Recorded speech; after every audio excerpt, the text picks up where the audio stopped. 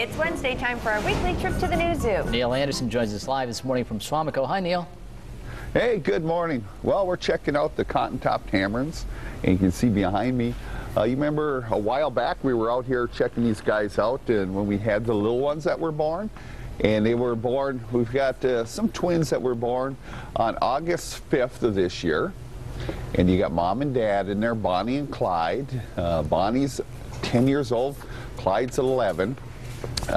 Bonnie, she came from St. Augustine, Florida, and Clyde, he came from the San Antonio Zoo. But I can tell you the other four, they're from Green Bay, Wisconsin. All right. All right, isn't that cool? Yeah, and then you got the other two in here, the other two siblings. They were born the day after Christmas in 2010. Now, one of the things, you know, we have these guys out on the Northern Trail, and they're a lot of fun to watch, especially at this age, the interaction between the parents and the siblings and how they care for each other. And, you know, their day basically starts early. Now, the lights that we have on in here, we've got full spectrum lighting in there to simulate the sun, but it's on a light schedule, a 12-hour day. And that is because that's to simulate what it would be in the tropics. These guys are from Colombia. Now, one of the things with these guys, they're highly endangered.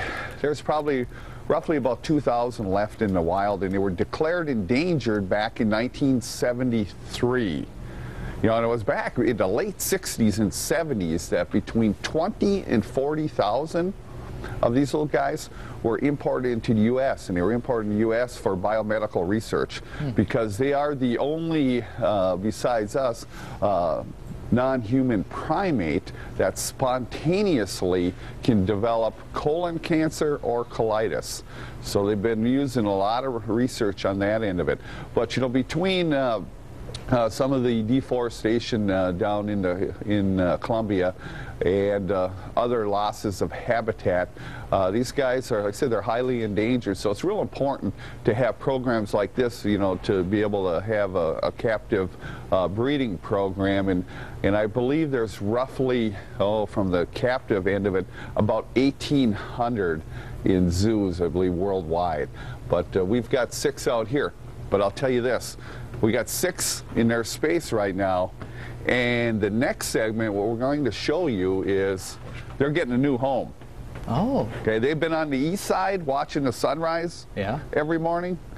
They're going to the west coast, the other side of the building, and they're going to be able to watch the sunset every day.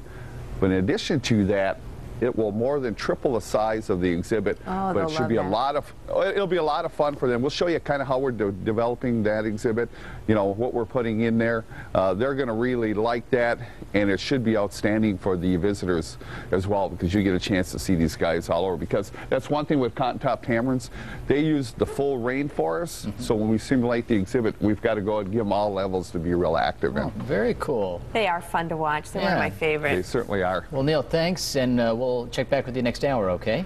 Hey, sounds good. See you, Neil.